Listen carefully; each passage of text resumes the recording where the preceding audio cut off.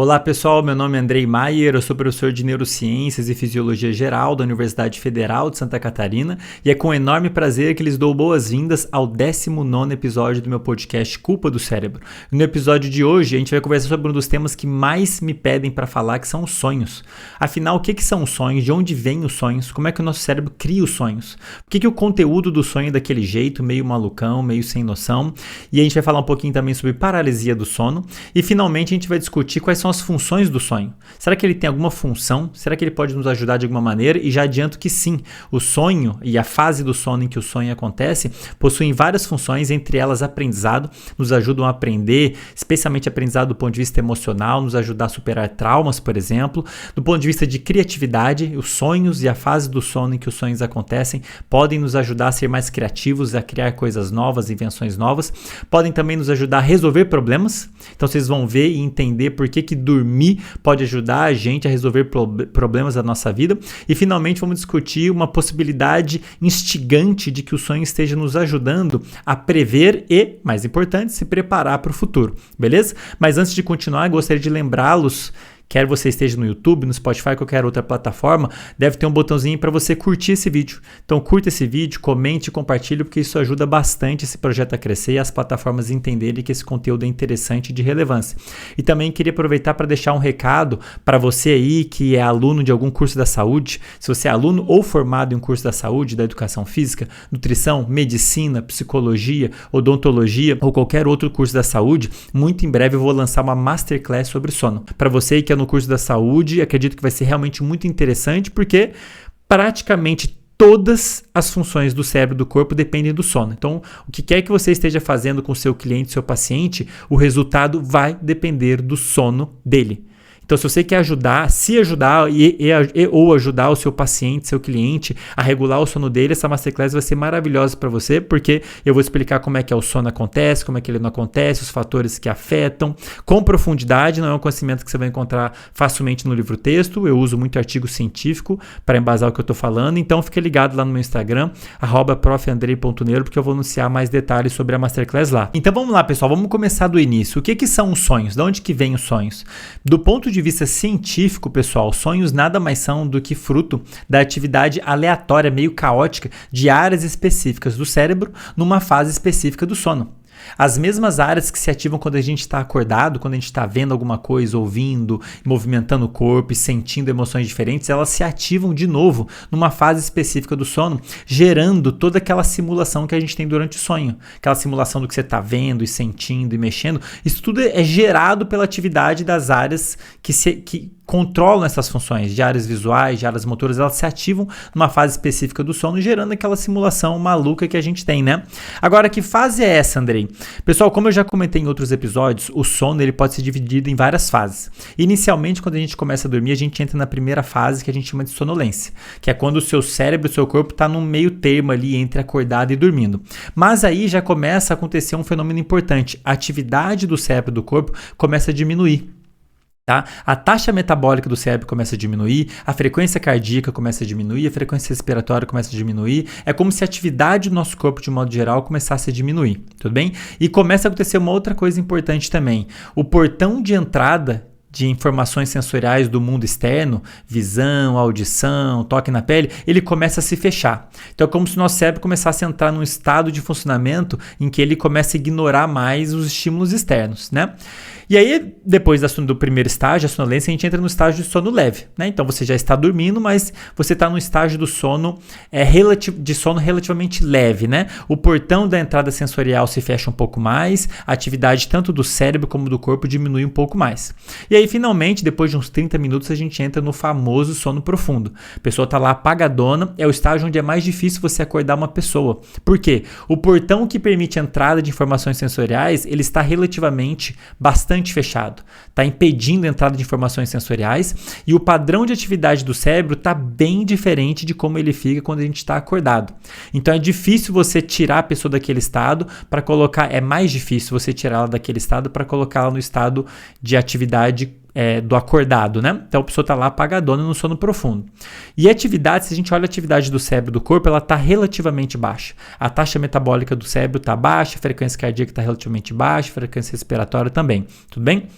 Agora, curioso é o que acontece logo em seguida.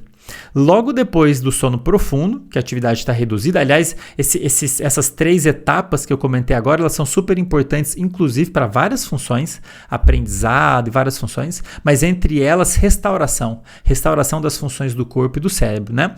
E logo depois dessas 3 fases, o nosso cérebro, nosso corpo entra numa fase do sono que a gente chama de sono REM. Esse sono, ele tem esse nome, REM, R-E-M, que vem do inglês Rapid Eye Movements, movimentos rápidos dos olhos. É aquela fase do sono em que a pessoa fica mexendo o olho rapidamente de um lado para o outro. E por que ela é tão curiosa? Porque se a gente olha o padrão de atividade do cérebro dela e do corpo, parece que ela está acordado. A frequência cardíaca aumenta, a frequência respiratória aumenta, fica relativamente irregular. E a atividade do cérebro dela, agora vem a parte importante, a atividade do nosso cérebro nessa fase do sono, no sono REM, fica parecida com quando a gente está acordado. Várias áreas do cérebro ficam super ativas nessa fase do sono, apesar de você estar dormindo. Então, se a gente olha o seu corpo e o seu cérebro, parece que você está acordado, só que você está dormindo. Por esse motivo, esse sono é também chamado de sono paradoxal, porque parece que está acordado, mas você não está acordado, né? E existem algumas áreas específicas do cérebro nessa fase que ficam mais ativas do que outras. Em especial, áreas envolvidas com processamento visoespacial, então as áreas que se ativam quando você está vendo e percebendo o espaço, percebendo onde você está espacialmente. Áreas envolvidas com controle de movimentos. Áreas envolvidas com memória, em especial uma chamada hipocampo e regiões ali em volta, que é uma das áreas mais importantes envolvidas com formação de memórias, né? Meu nome, seu nome, onde você está, o que você está fazendo, enfim, memória de um modo geral. Áreas envolvidas com processamento emocional, 2 em especial, a amígdala, não é isso que a gente tem na garganta, tá? São áreas, a amígdala são bolotinhas que a gente tem ali no meio do cérebro envolvidas com processamento de emoções de modo geral. Especialmente emoções envolvidas com estresse, ansiedade, medo, agressividade, mas outras emoções também, tá? E o cingulado anterior. Então, são áreas envolvidas com emoções de modo geral. Então, a gente tem esses 4 conjuntos de áreas que ficam super ativos em uma fase específica do sono, que é o sono REM. Tá? De novo, quais áreas? Áreas envolvidas com processamento visoespacial, movimento, memória e emoções. Resultado, pessoal, você tem o sonho. E, de fato, esses são os componentes que você vai ter no sonho. Você vê coisas no sonho, você vê imagens, né? Você se mexe ali no sonho, você tem uma carga emocional muito forte ali no sonho. Você está fugindo de alguém, está com medo de alguém, está apaixonado por alguém, está empolgado com alguém. Enfim, o componente emocional do sonho é uma característica muito importante. E você tem toda uma narrativa ali, né? Às vezes a história é maluca, às vezes não é, mas enfim, tem todo um componente de memória, algumas coisas que você já vivenciou, outras não, objetos que você já viu ontem, há muitos anos atrás, pessoas que você viu muitos anos atrás, enfim. Então você tem esses 4 componentes, visão, movimento, emoção e memória misturados ali, gerando aquele grande simulado que é o sonho. E olha só que curioso, então essas áreas estão super ativas no sono REM, mas tem uma parte do cérebro que acontece o contrário, a atividade dela cai drasticamente, que é o córtex pré-frontal. Essa região que a gente tem atrás da testa, que eu já comentei inúmeras vezes, que dito em linhas gerais é como se fosse o CEO do nosso cérebro, é como se fosse o gerente do nosso cérebro. Ele é o responsável por organizar as coisas, é responsável pela nossa capacidade de razão, racionalizar, prever o futuro, planejar o futuro, fazer considerações, tomar decisões, fazer ponderações. Então, o CEO do nosso cérebro, o gerente do nosso cérebro, ele está inativo durante essa fase do sono, apesar das outras áreas estarem ativas. Resultado, é por isso que o nosso sonho ele é maluco, dito em linhas gerais. Por isso que ele é irracional. É por isso que aquele monte de coisa maluca acontece no sonho e a gente não se dá conta. Já se perguntaram isso? Acontece, sei lá, tem uma cobra falando com você e no sonho você não se dá conta que aquilo é bizarro. Cobras não falam. Ela não deveria estar falando comigo. Ou sei lá, dei um exemplo aqui, você está voando, você tem asas. Aí você voa lá, feliz, eu voo, só que você não se dá conta que aquilo é insano. Pô, eu tenho asa? Isso em parte é explicado justamente porque essa área do cérebro, que é quem deveria te dar razão, a racionalidade do negócio, né? E peraí, cobras não falam. Ela está desligada no sonho. Então isso explica em parte porque o sonho é meio irracional, maluco, né? E olha só que curioso. Então a gente tem áreas envolvidas com visão, movimento, emoção e memórias ativas. O CEO está desligado e eles falam assim, Andrei, poxa, então eu tô lá mexendo no sonho, tô correndo, tô voando, tô batendo o braço, por que eu não me mexo na vida real? Se as áreas envolvidas com geração de movimentos estão ativas, por que eu não estou me mexendo ali na cama, correndo, batendo asa? Justamente porque nessa fase do sono acontece uma paralisia do seu corpo. Existem mecanismos que paralisam o seu corpo da cabeça ao dedão, com exceção dos músculos dos olhos, que a gente fica mexendo nessa fase do sono, e dos músculos envolvidos com respiração, graças a Deus, senão você ia ter uma parada respiratória. Mas fora isso, a grande maioria dos músculos do nosso corpo, que a gente controla voluntariamente, eles ficam paralisados. Então, essa é uma característica curiosa dessa fase do sono. O seu cérebro está ativo como se você estivesse acordado, pelo menos algumas áreas, só que você está inconsciente, você está dormindo, e o seu corpo está paralisado, o que pode ser até como um mecanismo de proteção. Caso contrário, você ia ficar encenando tudo que acontecesse no sonho e poderia ser perigoso, né? E eu estou comentando isso porque muitas vezes as pessoas podem sofrer por causa disso. Algumas vezes acontece da pessoa, por algum motivo, vários fatores podem causar isso, ela acordar, mas o corpo permanece paralisado.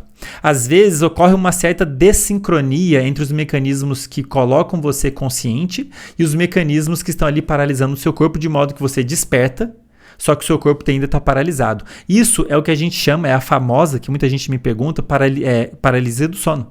A pessoa fica desperta, só que o corpo está paralisado, ela não consegue falar, não consegue mexer. De fato, eu já passei por isso uma vez, me lembro até hoje. É uma experiência, de certa forma, assustadora, porque eu acho que é uma das coisas que mais gera um desespero na gente, é a gente não ter controle sobre o próprio corpo, sobre os próprios movimentos que a gente consegue normalmente controlar voluntariamente, né? Agora, muitos fatores podem predispor isso. De um modo geral, a cada 4 pessoas, pelo menos uma vai experimentar uma vez isso na vida. Isso é normal. O problema é quando isso se torna muito frequente, pode ser sinal de algum quadro clínico, tá? Não vou entrar em detalhes nisso agora, talvez no outro episódio, mas só queria aproveitar para dizer que muitas vezes a tal paralisia do sono acontece a partir do sono REM. Seu cérebro está lá ativo como você está acordado, ou seja, é mais fácil você acordar e o seu corpo está paralisado. Pode acontecer que você acorde e o corpo continue paralisado e, enfim, isso acaba sendo uma experiência desagradável para quem está experimentando, né? E aí vem a próxima pergunta. Então, pessoal, acho que até aí vocês entenderam como é que o sonho acontece, de onde que ele vem, porque que ele é do jeito que ele é, né? Aí vocês devem estar me perguntando uma das perguntas que mais fazem quando se fala de sonho. E o conteúdo do sonho, Andrei? Será que tem a ver com o que eu vivi no dia anterior, nos anos anteriores? Será que tem a ver com o que eu vou viver no futuro? O que determina o que eu vou sonhar? Será que existe algum parâmetro que eu estou vivendo ou não estou vivendo que determina se eu vou sonhar com uma coisa ou com outra? É muito difícil responder essa pergunta do ponto de vista experimental, pessoal, mas a gente começou a ter uma boa ideia sobre isso com trabalhos de um dos pesquisadores, um dos maiores nomes nessa área, talvez o maior nome do mundo quando se trata da ciência por trás do sonho, é um pesquisador chamado Robert Stigold, que é um professor lá de Harvard. Em 2003, ele fez um trabalho bem legal justamente para ver se as experiências anteriores que a gente teve nos dias anteriores, se elas impactam o conteúdo do sonho. Então, o que ele fez foi pedir lá para 29 voluntários, ao longo de 2 semanas, fazerem um diário. Anotarem todas as tarefas, tudo que eles estavam fazendo ao longo do dia, o que estavam sentindo, o que estavam fazendo, tudo que eles, em detalhes que eles poderiam anotar enquanto estavam acordados por 2 semanas. E também anotaram tudo o que eles sonharam. Então eles fizeram um diário do que aconteceu quando estavam acordados e um diário do que aconteceu quando eles estavam dormindo. E os resultados são surpreendentes. De fato, em torno de 65% do conteúdo do que eles sonharam tinha alguma coisa a ver com alguma coisa do passado, alguma coisa, mesmo que vagamente, tinha algum tema, uma pessoa, alguma coisa a ver com alguma experiência passada, o que corrobora a hipótese de que boa parte do que a gente experimenta no sonho tem a ver com memórias, com coisas que a gente já viveu, né? Agora, desses 65%, olha só, apenas 1,4% era de fato uma reprise do que aconteceu realmente. Então, você vivenciou lá, você comprou um doce, tá? Daí chega no sonho, você não vai rever a compra do sonho. Talvez você possa sonhar com algum doce, ou possa sonhar com alguma compra, mas você não vai rever toda a cena de comprando um doce, tá? Então, apenas 1,4% é de fato uma reprise clara do evento que aconteceu nos dias anteriores. A maior parte dos sonhos, na verdade, em torno de 35% a 55% são preocupações emocionais. são temas e pessoas relacionados a alguma questão emocional importante para você. Só que de uma forma vaga, né? Não é, de novo, não é uma reprise do que aconteceu. Não é simplesmente uma reativação de memórias do que você já vivenciou. É muito mais do que isso, como a gente vai ver logo mais. Então, dando um exemplo aqui para você. Imagina que você brigou com uma pessoa que você gosta muito. Você brigou, discutiu, xingou, cuspiu, e a pessoa falou. Então, é uma carga emocional grande. No sonho, quando você for sonhar, chegar no sono REM e o sonho acontecer, é pouco provável que você vá rever essa briga. Você falando as coisas que você falou, as coisas que a pessoa falou. Você não vai reprisar essa briga. Mas existe uma boa possibilidade de você talvez sonhar com a pessoa. Ou sonhar com algum tipo de conflito, sei lá, uma maçã brigando com você porque você não mordeu ela, te deixou chateado, enfim. Então, existem alguns componentes relacionados a experiências passadas, mas você não vai rever essas memórias durante o sono. A maior parte, de fato, são questões emocionais, preocupações emocionais, né? O que está acontecendo, pessoal? Um ponto fundamental que é importante que vocês entendam, para vocês entenderem os sonhos, os seus sonhos, inclusive. Durante essa fase do sono, o sono REM, quando o sonho acontece, aliás, essa é a fase onde a gente tem esse tipo de sonho, né? Sono REM, a gente tem esse sonho vívido, né? Que acontece um monte de coisa. Mas isso não quer dizer que as outras fases a gente não sonhe também, tá? Nas outras fases do sono que eu comentei, fase 1, fase 2, que é o sono leve, fase 3, que é o sono profundo, a gente também pode sonhar, mas é um tipo de sonho completamente diferente. Esses sonhos que a gente, né, carregados de informação, que a gente lembra quando a gente acorda, a maior parte deles acontece de fato no sono REM, né? E o que está acontecendo nessa fase durante os sonhos, pessoal? A gente tem, na realidade, memórias novas que você adquiriu recentemente sendo misturadas com memórias antigas. Então, o que aconteceu ontem meio que misturado com o que aconteceu uma semana anterior, com o que aconteceu um ano antes, com o que aconteceu há 10 anos antes. Então, você tem um verdadeiro choque de memórias relativamente novas com memórias antigas. É como se fosse o seu cérebro tentando ver como que as novas memórias podem ter alguma relação com memórias antigas, né? E aí, de uma forma relativamente caótica, por isso que a gente tem aquelas coisas malucas surgindo. E, ao mesmo tempo, a gente tem as emoções relacionadas a essas memórias. Então, são 3 componentes que estão acontecendo bastante ali, né? Memórias novas, memórias antigas e emoções misturando ali. E um ponto fundamental, pessoal, um componente importante do sonho. A fase do sono REM e, consequentemente, o sonho, elas só acontecem se você tiver um aumento da atividade do sistema de recompensa. Se você bloquear a atividade do famoso sistema de recompensa, você bloqueia o sonho. Quem que é o sistema de recompensa, pessoal? Aquele sistema, aquele conjunto de células que liberam dopamina no cérebro e, dito em linhas gerais, é a maneira que o nosso cérebro tem de marcar quimicamente tudo que tem valor. Então, se acontece uma coisa muito boa com você, a atividade desse sistema aumenta. Se acontece uma coisa muito ruim, a atividade desse sistema também tende a aumentar. Qualquer coisa que tenha valor pra gente, especialmente, mas não somente valor positivo, coisas boas, tende a aumentar a atividade desse sistema e, como eu disse, ele marca, pô, isso aqui é importante. E essas coisas que aumentam a atividade desse sistema, elas têm uma maior chance de aparecerem no sonho, como eu comentei para vocês. Qualquer coisa emocionalmente importante, ela tende a ter uma maior chance de aparecer nos nossos sonhos, tá? E esse sistema tem um papel fundamental nisso. Então, aquela história de que motivação não importa, tá errado mais uma vez, porque motivação, a atividade do sistema de recompensa que libera dopamina, ela é necessária para o sonho acontecer. Se bloquear a atividade desse sistema, o sonho não acontece. A pessoa pode até ter o sono REM, mas não tem sonho. E isso explica boa parte do componente motivacional dos sonhos.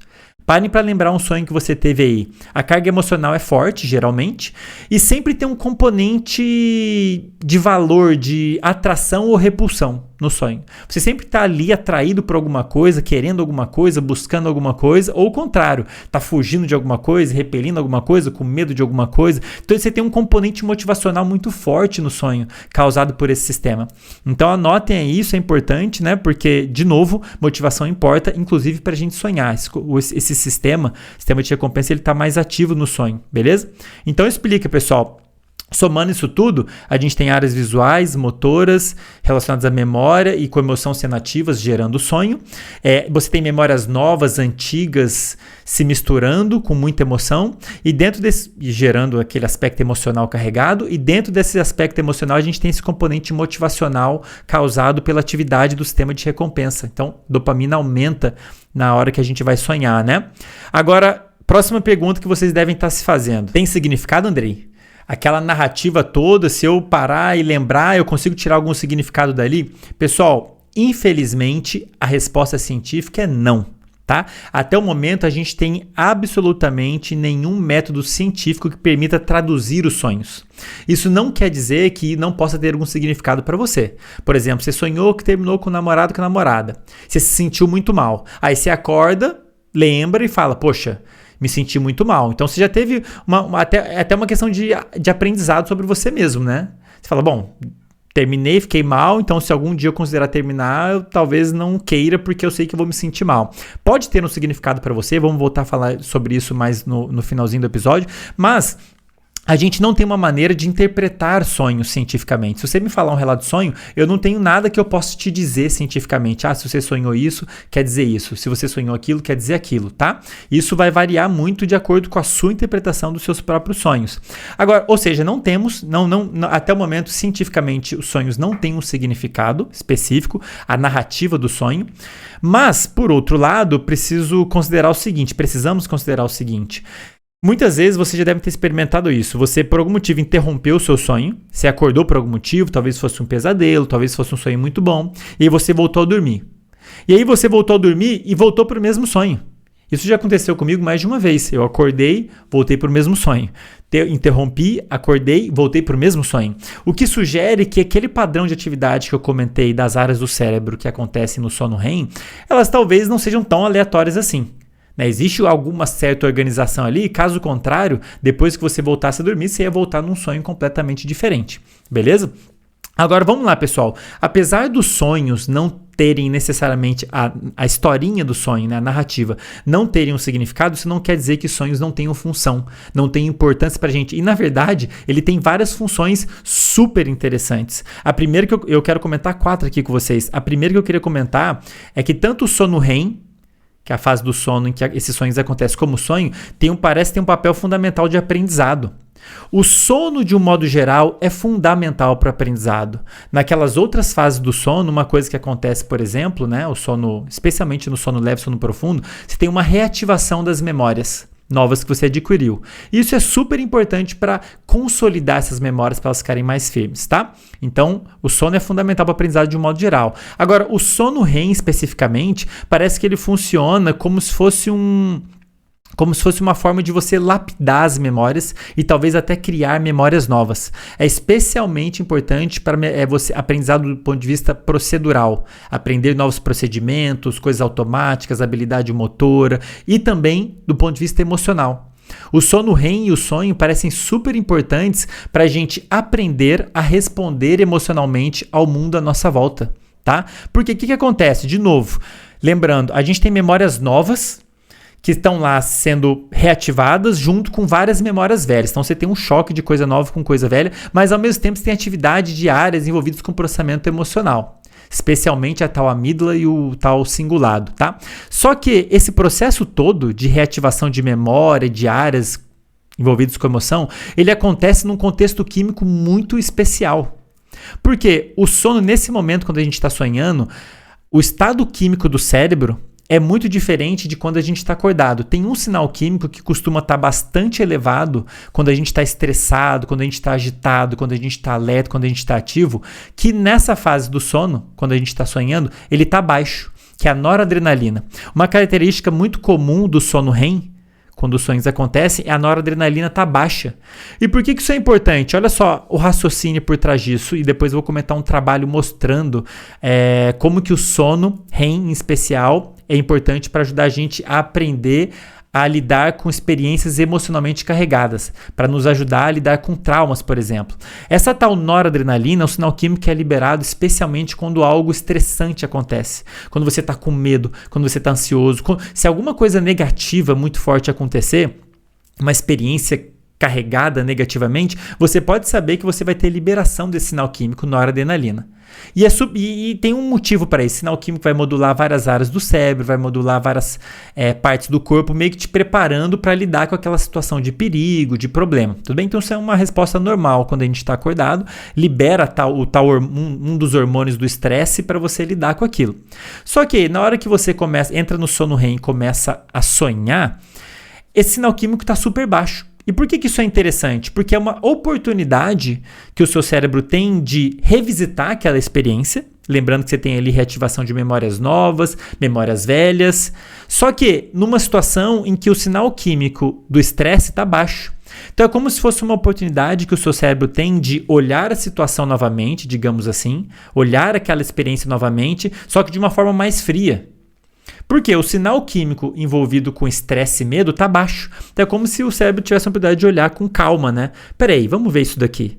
Vamos ver o que realmente é perigoso nessa experiência. O que realmente traz algum perigo para mim. Então é um momento importante para o cérebro aprender a responder emocionalmente ao mundo. Tem vários trabalhos mostrando, por exemplo, que se você bloqueia o sono REM de uma pessoa, ela tem dificuldade, inclusive, para interpretar faces. Uma face de bravo, sabe? Se você vai ver uma face de uma pessoa brava, você sabe dizer que ela tá brava, inclusive isso é um sinal de perigo, né? Você fala, bom, não vou mexer com essa pessoa. Numa pessoa que tá sem sono REM, ela perde a capacidade de ter esse tipo de processamento. Ela não sabe dizer se o rosto tá bravo, se tá angustiado. E então, o sono REM parece ser um momento importante para o cérebro ter esse tipo de aprendizado, né? E curiosamente, nessa fase do sono, além da noradrenalina estar baixa, tem um outro sinal químico que está alto, que é a acetilcolina. Quem que é a acetilcolina, pessoal? É um sinal químico muito envolvido com aprendizado, com foco e formação de memória. Olha só que curioso. Então, você tem uma fase do sono em que você está reativando memórias novas e antigas, está ativando áreas envolvidas com o processamento emocional. O sinal químico envolvido com emoções negativas, digamos assim, né? Estresse, medo, está baixo. E ao mesmo tempo o sinal químico envolvido com foco e memória está alto. Ou seja, parece que é uma situação muito adequada para você, de fato, aprender sobre aquela experiência emocional.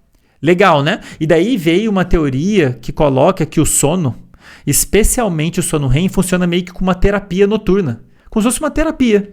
Você entra no sono REM, e aí você reativa as memórias de experiências negativas, inclusive, num estado químico que permite o cérebro processar aquilo de uma forma fria, digamos assim, de modo a aprender sobre aquilo. Poxa, o que realmente é perigoso nessa experiência negativa? O que realmente é legal nessa experiência positiva? É como se você estivesse afinando um piano. Ele está relativamente afiado, mas toda noite você lá afina mais um pouquinho para no dia seguinte a música sair bonitinha, fininha, entendem? Então existe essa teoria de que o sono funciona como uma terapia noturna, um processo autoterapia noturna, né? E um trabalho muito legal mostrando esse potencial do sono, publicado em 2013 por Klein e colaboradores, vou deixar na referência, fez o seguinte: colocou as pessoas voluntárias para assistirem um filme de terror. Tinha um filme de terror e o controle, né, seria um filme normal. Mas enfim, assistiram um filme lá de terror, uma cena de 12 minutos de filmes com muita violência sexual e física, coisas assim desagradáveis, meio que simulando uma experiência negativa, entre aspas, traumática ali para os voluntários, né? E aí parte desses voluntários na noite seguinte dormiram normalmente e parte dos voluntários foram privados de sono, não dormiram. E aí nas 2 semanas seguintes, os voluntários tiveram que anotar num diário todas as vezes que eles tinham um pensamento intrusivo sobre aquele filme. Todas as vezes que o filme voltava na cabeça deles, intrusivo no sentido de apareceu na cabeça deles, né? Eles estavam lá fazendo alguma coisa e lembraram do filme. Eles anotaram lá todas as vezes que eles lembraram do filme, ao longo de 2 semanas, e o quão mal eles se sentiram com aquilo, qual foi a intensidade de emoções que eles sentiram em relação a essa memória do filme. Adivinha o resultado, pessoal?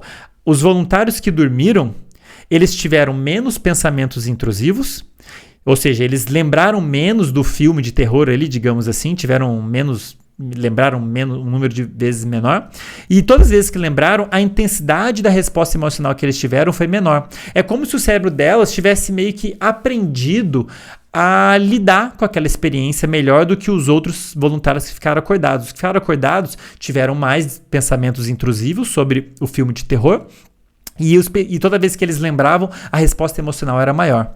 Legal, né? Então isso é um dos vários dados que corrobora essa hipótese de que o sono é fundamental como um processo de aprendizado em vários aspectos, é claro, mas do ponto de vista emocional também. Nos ajuda a aprender a responder emocionalmente ao mundo à nossa volta, tudo bem? O sono REM, em especial, que é quando os sonhos acontecem. Agora, uma outra função muito legal, pessoal, que vocês já devem ter ouvido falar, é o papel do sono para a criatividade. Vocês provavelmente devem ter ouvido falar de alguém famoso, do ponto de vista histórico, alguém que estava dormindo e teve uma ideia. Na ciência tem vários exemplos disso. A pessoa está dormindo, aí no sonho tem uma ideia. No sonho, tem uma sacada durante o sonho, acorda e anota a ideia, uma super invenção, uma super ideia. Ou talvez vocês tenham acordado magicamente um problema que estava muito difícil no dia anterior, ficou fácil no dia seguinte. Então a gente já ouviu falar, né? Historicamente ou por experiência pessoal, parece, né, que o sonho tem algum potencial de melhorar a nossa capacidade de criatividade e, consequentemente, também nossa capacidade de resolver problemas. Então, são duas funções em uma, digamos assim, né? Agora, e do ponto de vista científico, será que de fato o sono ele aumenta a nossa capacidade de criar coisas novas e resolver problemas? E isso foi primeiro, sim, resposta científica é sim, foi primeiro demonstrado em 2004 por um pesquisador alemão muito influente na área sobre sono e sonhos também, chamado Jan Born. E ele publicou um artigo chamado Sleep Inspires Insights, ou seja, sono inspira insights, né? Ideias novas, eurecas. Foi publicado na Nature, que é uma das revistas científicas de maior impacto do mundo. O que eles fizeram nesse trabalho? Olha só que legal. Eles colocaram os voluntários para resolver problemas matemáticos. Era tipo um joguinho. Então, eles tinham que ir lá e fazendo soma de números para tentar adivinhar qual que é o próximo número, enfim. E eles tinham que fazer esses problemas matemáticos com base em duas regras que os pesquisadores passaram para eles. Eles deram lá duas regras específicas para resolver o problema e eles faziam. E eles marcavam o tempo que o voluntário demorava para resolver os problemas, quantos problemas ele conseguia resolver e tudo mais. A questão é, olha o ponto que legal, existia uma regra oculta. Existia uma regra que os pesquisadores não falaram para os voluntários que, se os voluntários descobrissem, eles conseguiriam resolver o problema muito mais rápido e muito mais fácil. Uma regrinha oculta ali que eles não falaram. E aí os pesquisadores estavam interessados em saber o seguinte: quantos voluntários vão conseguir descobrir essa regra oculta? Vão ter o insight, um eureka, e falar, tem uma regra oculta aqui, que dá para fazer mais fácil, mais rápido. E aí o que eles fizeram? Então deram esses problemas, que tinha essa regra oculta. Os voluntários, eles inicialmente passaram por um período de treino. Então lá brincaram, fizeram os problemas para conhecer a tarefa, as regras, né? Depois ficaram um período de 8 horas até um segundo momento em que eles foram realmente testados. Só que parte dos voluntários nesse período de 8 horas dormiram e parte desses voluntários ficaram acordados. Daí eles queriam ver, na hora que a gente testar eles, será que o pessoal que dormiu vai ter mais insights? Será que o pessoal que dormiu vai conseguir descobrir mais as regras ocultas para resolver os problemas matemáticos? E a resposta é sim, pessoal. Quem dormiu, o grupo de voluntários que dormiu, 60% deles descobriu a regra oculta, mais ou menos. Então eles dormiram, depois que eles acordaram, foram fazer o problema, 60% deles teve os insights. Tem uma regra oculta aqui. E começaram a resolver o problema de uma forma mais rápida e mais rápido. Ao passo que o pessoal que ficou acordado, apenas 20% descobriu a regra oculta. Então essa foi uma das primeiras, ou a primeira demonstração científica de que sim, o sono melhora a nossa capacidade de criatividade, de criar, de ter eurecas e ao mesmo tempo de resolver problemas. Nesse caso era um problema matemático, né? Agora a próxima pergunta, né, Andrei? Mas beleza, então o sono melhora a criatividade e a capacidade de resolver problemas. Sim, mas e o sono REM? E aquela fase do sono específica? É ela que é importante ou o sono como um todo? E vários outros trabalhos exploraram isso, inclusive um trabalho publicado pelo Matt Walker, o grupo do Matt Walker, que é o autor daquele livro Por que Nós Dormimos, que é uma outra grande referência no mundo da ciência, dessa área de sono e sonhos. E eles fizeram o seguinte trabalho. Qual que era a pergunta? Será que o padrão de atividade do cérebro, quando a gente está no tal sono REM, permite com que a gente seja mais criativo em comparação com as outras fases do sono? E para testar isso, o que eles fizeram foi colocar os voluntários dormindo, e aí eles acordavam os voluntários logo depois que eles entravam na fase do sono REM. Então o voluntário dormia, passava lá pela fase 1, 2, 3, entrava no sono REM, que tem um padrão de atividade bem diferente lá, de associação de memórias, que a gente nessa época supunha que poderia aumentar a capacidade de criar coisas novas, resolver problema. Acordava a pessoa e colocava ela para tentar resolver um problema, um anagrama. O que é um anagrama? É quando você pega uma palavra, embaralha as letras, e aí a pessoa tem que reorganizar as letras e descobrir qual é a palavra, né? Então eu pego a palavra pedra, embaralho as letras e deixo Enfim, vocês entenderam. Você pega a palavra e baralha as letras, aí a pessoa tem que olhar aquilo e reorganizar, né? E eles fizeram isso, então pegaram as pessoas e acordaram elas em diferentes fases do sono. Qual que era a ideia? Se eu acordo uma pessoa do sono profundo, o padrão de atividade dela está muito diferente do acordado. Então, ela talvez tenha dificuldade em resolver o problema. Se eu acordo ela depois dela entrar no sono REM, o padrão de atividade dela está de um jeito específico que está otimizando ela a ser mais criativa e resolver problemas. Então, talvez ela consiga resolver melhor esses problemas. E foi exatamente o que aconteceu. Então, quando eles acordavam, despertavam os voluntários do sono REM especificamente, o desempenho dos voluntários aumentava de 15% a 35%. Então, a capacidade de resolver anagramas, de criar, de entender o problema ali e resolver ele, era maior quando acordava os voluntários a partir do sono REM. O que isso nos diz? Que o padrão de atividade do cérebro, meio caótico ali, né? No sono REM, é interessante para você resolver problemas, tá? Então parece que é o sono REM especial, entre as fases do sono, que nos dá essa melhor capacidade de criar e resolver problemas. Lembrando, pessoal, que no sono REM que os sonhos acontecem, né? E aí vem sua próxima pergunta. Andrei, tá legal, então o sono é importante, e aí tem trabalhos mostrando que o sono REM é especialmente importante, mas e o sonho em si? Será que é importante a gente sonhar com alguma coisa específica para a gente poder criar alguma coisa em relação àquilo? Será que se eu tenho um problema na minha vida, é importante que meu sonho de alguma maneira traga o problema para os sonhos para eu conseguir resolver aquele problema? Ou é só o sono REM, independente do que eu estiver sonhando? E para testar essa hipótese, mais um lindo trabalho que foi publicado de novo pelo Robert Stiggold, um trabalho muito legal que saiu, se não me engano, na Science, tá? E o que eles fizeram? Eles pegaram os voluntários e colocaram eles para aprender a andar num labirinto, um labirinto virtual. Só que nesse labirinto, os voluntários eles tinham pistas específicas, objetos, tipo uma árvore de Natal, uma estante, uns objetos para ajudar os voluntários a se orientar ali no labirinto, né? Então os voluntários eles tinham ali um treino no labirinto, brincavam ali no labirinto, tentando achar o caminho. Logo em seguida, parte desses voluntários, eles podiam tirar uma soneca de 90 minutos, parte desses voluntários ficaram acordados 90 minutos. E aí os pesquisadores, eles registraram, de tempo em tempo, eles acordavam ali o pessoal que estava dormindo para anotar o que eles estavam sonhando. Eu estava sonhando com a árvore de Natal do labirinto, ou eu estava sonhando com a minha mãe, ou eu estava sonhando, enfim, que eles queriam saber se o conteúdo do sonho de quem estava dormindo e do pessoal que estava acordado, eles registraram o que estava passando na cabeça da pessoa enquanto ela estava acordada, né? E aí colocaram elas de novo para voltar para o labirinto para ver quem ia conseguir resolver melhor o labirinto, quem ia aprender mais rápido. Adivinha o resultado, pessoal? Primeiro resultado, quem dormiu teve um desempenho melhor do que quem ficou acordado. Então, entre a galera que dormiu e a galera que ficou acordada, o pessoal que tirou a sonequinha de 90 minutos se saiu muito melhor no labirinto depois.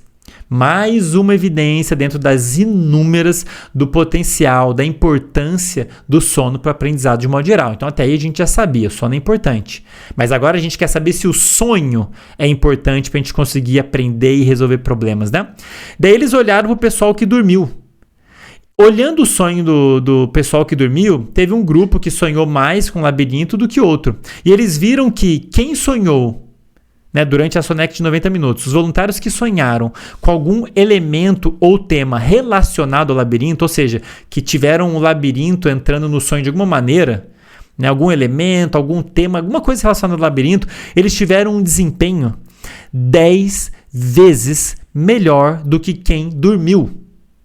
Eu estou comparando as pessoas, só quem dormiu. Esquece quem ficou acordado. O pessoal foi o que teve pior desempenho. Só quem dormiu. O pessoal que sonhou com alguma coisa do labirinto teve um desempenho 10 vezes melhor do que as outras pessoas que também dormiram, mas não sonharam com o labirinto. Mostrando que o sonho parece ter uma função especial, sim.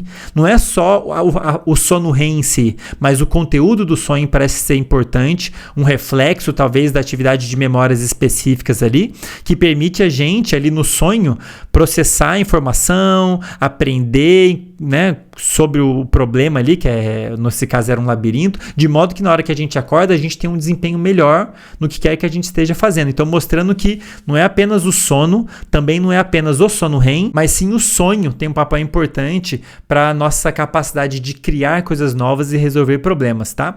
Então, essas 3 funções são... Eu estou mostrando aqui só alguns trabalhos específicos, né, ilustrando a função, esse papel de aprendizado de modo geral, do ponto de vista emocional, inclusive, que permite a gente ter essa terapia noturna ao longo da noite, né? Tem esse papel interessante e que a gente pode usar a nosso favor de criar coisas novas, resolver problemas. E finalmente, queria discutir uma 4ª função que ainda está mais para a teoria do que para as evidências de um modo geral, que é muito discutida pelo professor Siddhartha Ribeiro, colega lá da Universidade Federal do Rio Grande do Norte, que recentemente publicou um livro muito maneiro, que é um dos livros que eu usei como referência para esse episódio. Vou deixar na descrição também. O livro se chama O Oráculo da Noite. Siddhartha é uma das maiores referências do país sobre sono e sonho, tá? Então, ele escreveu esse livro muito legal, ele fala bastante e ele discute essa teoria em profundidade, que é o nosso cérebro, durante os sonhos, é uma oportunidade que o nosso cérebro tem de simular futuros improváveis.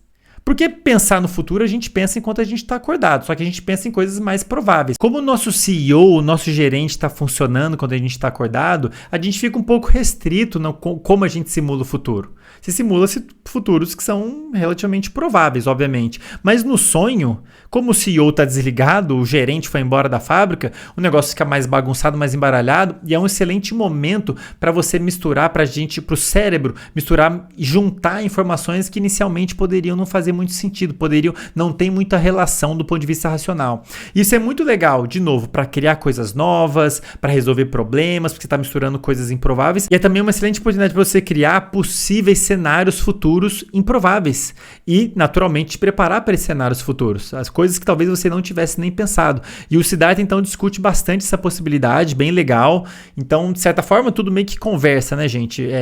Memórias, emoções, memórias novas, memórias antigas, emoções se embaralhando de uma forma relativamente caótica. Nesse cenário, tem uma área do cérebro especialmente importante, que é o hipocampo, que eu já comentei, que é uma área envolvida com formação de memória. Ela é importante também para conectar memórias, como se fosse uma telefonista, né? Uma telefonista, com quem você quer falar? Beleza, aí conecta uma coisa com a outra. Quando a gente está acordado, essa telefonista está conectando só pessoas que se conhecem, digamos assim. Pessoas que têm alguma relação. Quando a gente está dormindo, essa telefonista sai e fica maluca. E sai conectando pessoas que não se conhecem, conecta, sei lá, uma criança com um velhinho. E dali podem sair coisas malucas, de fato, que talvez não tenham nenhuma utilidade, mas podem sair coisas novas, criar coisas novas, simular futuros que a gente nem tinha pensado, que a gente tinha considerado. Então existe essa 4ª função dos sonhos, que de certa maneira é prever futuros improváveis, inclusive, e nos ajudar a nos preparar para eles, né? Então essa é uma teoria bastante discutida pelo Siddhartha, que do meu ponto de vista faz muito sentido e eu acho muito bacana, né? Então essas 4 funções, pessoal, que eu queria discutir, e queria terminar esse episódio fazendo 2 perguntas para vocês, especialmente você que está interessado em melhorar seu sono, em talvez colher esses benefícios dos sonhos, do sono REM e dos sonhos, né? Primeira pergunta que eu quero fazer para você: quão bem você está dormindo? E aí eu queria colocar uma informação importante. Eu comentei que o sono possui várias fases. A gente tem aquelas 3 primeiras fases, fase 1, 2 e 3, que em conjunto a gente chama de sono não REM. E a gente tem o sono REM. Então a gente pode dividir o sono em 2, sono não REM e sono REM. Por que eu estou comentando isso? Ao longo da noite, ao longo das 7, 8 horas de sono que você dorme de noite, ou deveria dormir, a primeira metade da noite ela é mais rica em sono não REM. Então se eu for olhar lá o seu cérebro passando pelas diferentes fases do sono, eu vou ver que ele fica relativamente mais tempo no sono não REM, nas primeiras 3, 4 horas de sono. Especialmente ali no sono profundo. Ao passo que a segunda metade da noite, o sono é mais rico em sono REM. Então a gente tende a sonhar mais na segunda metade da noite. Por que eu estou comentando isso? Dependendo do quão mal você está dormindo, se você está dormindo mal, você pode estar prejudicando mais um tipo de sono ou outro. Se por algum motivo você está prejudicando a segunda metade do seu sono, você pode saber que você está prejudicando o seu sono REM e os sonhos, assim como todas as funções envolvidas com essa fase do sono e o sonho, que eu acabei de comentar, tá? Então reflete aí quão bem você está dormindo e se você não está dormindo tão bem, o quanto você está prejudicando a primeira metade ou a segunda metade. Se for a segunda metade, você está prejudicando essas funções todas que eu comentei ao longo desse episódio. E a segunda pergunta que eu quero fazer para você. Quando você acorda, você se lembra do que você sonhou? Muitas pessoas acham que elas não sonharam, porque elas não lembram, mas não quer dizer que elas não sonharam. Provavelmente você sonhou, você só não está lembrando. Por quê? Geralmente quando a gente acorda, a gente acorda a partir do sono REM. O sono REM, né? Então se a gente for olhar as fases do sono, o sono REM é quando a nossa atividade do nosso cérebro está relativamente parecida com quando a gente está acordado. Então a transição é mais fácil. Geralmente quando a gente acorda, naturalmente, se não for um despertador, você vai acordar a partir do sono REM. É por isso que geralmente a gente acorda meio que de um sonho, e aí você pode lembrar o sonho que você estava sonhando ou não. O que vai determinar o quanto você consegue lembrar de todos os sonhos que você teve ao longo da noite? Em boa parte, é o esforço que você vai ter para lembrar deles assim que você acordar. Por que eu estou dizendo isso? Geralmente, quando a gente acorda, a primeira coisa que você faz qual é? Pegar o celular, é começar a pensar nas coisas que tem que fazer no dia, é os problemas que tem para resolver ali no dia. Você começa a pensar 1 milhão de coisas, menos no que você estava sonhando. A gente estava lá no meio do sonho, fazendo alguma coisa, vivendo, acorda e você já começa a pensar em outras coisas. E aí toda aquela experiência que você teve do sonho, ela se perde. Toda aquela experiência nova que você vivenciou no sono, você perde. E por que eu estou dizendo isso, pessoal? Isso poderia ser super interessante de você tentar lembrar. Muitas dessas experiências, como eu acabei de comentar, elas podem ser úteis para você. Como eu disse lá no início, não necessariamente tem um significado específico, mas talvez possa ter para você. Pô, acabei de sonhar com tal pessoa e aconteceu tal coisa. Poxa, será que eu deveria fazer assim? Será que eu deveria fazer assado? Ou senão a própria experiência pode te dar várias ideias. Tá? Isso é uma especulação, mas é uma possibilidade interessante, né? E aí, se você quiser lembrar mais do seu sonho, você precisa criar o hábito de, ao acordar, tirar um tempinho para tentar lembrar o que você estava sonhando. Com o tempo, você vai ficando bom nisso. Para te ajudar, você pode usar um sonhódromo, um diário de sonhos. Deixa um caderninho, um papel ali do seu lado, uma coisa que o Siddhartha comenta bastante. Antes de dormir, você sugere, autossugestão, né? Sugere que você vai sonhar e você vai lembrar dos sonhos, então é um objetivo que você tem, né? De experiência ali durante o sono. Ao acordar, com o tempo, com o passar dos dias, você vai ficando cada vez melhor em lembrar dos seus sonhos. E aí você pode ir anotando ali no seu caderninho e tudo mais. Pode ser uma experiência interessante. Eu, particularmente, não faço isso, pessoal, o diário de sonho, mas sempre que eu acordo, eu sempre fiz isso. Eu gosto de lembrar o que eu estava sonhando, de mastigar um pouquinho o que eu estava sonhando, porque, de fato, isso é legal. É, no mínimo, divertido. Você vivencia coisas, assim, malucas, né? Tava sonhando, vi não sei quem, e às vezes você tira informações, e aqui eu tô falando de experiência pessoal, tá? Não tô falando aqui de dados científicos específicos, mas você tira dali experiências interessantes, sabe? Que podem te ajudar a aprender coisas novas sobre você, sobre sua relação com outras pessoas, sobre sua relação com o mundo à sua volta. Então é uma possibilidade, caso você não lembre o que você não está sonhando, não é porque você não está sonhando, você só não está lembrando. Se você quiser lembrar mais, ao acordar, coloca o foco para o que você estava sonhando, tá? Atrasa um pouquinho essa ânsia de resolver os problemas do dia a dia, de pegar o celular e tudo mais, pessoal. E para fechar, pessoal, não posso deixar de dizer, né? Coloquei aqui para vocês várias funções do sono, especificamente do sono REM, dos sonhos. Não é à toa que Leonardo da Vinci, o grande gênio, um dos grandes gênios da humanidade, tirava as várias sonecas da noite. Não é o único que fazia isso. Ele usava as sonecas como método para otimizar o desempenho mental dele, a criatividade, o desempenho cognitivo de um modo geral, tá? O pessoal fala que ele não dormia de noite, não é bem por aí não, tá? Ele dormia de noite, mas além disso tirava sonecas com uma frequência relativamente alta, porque naturalmente, como eu coloquei para vocês, isso aumenta a nossa criatividade, a nossa capacidade de resolver problemas e criar coisas novas, né?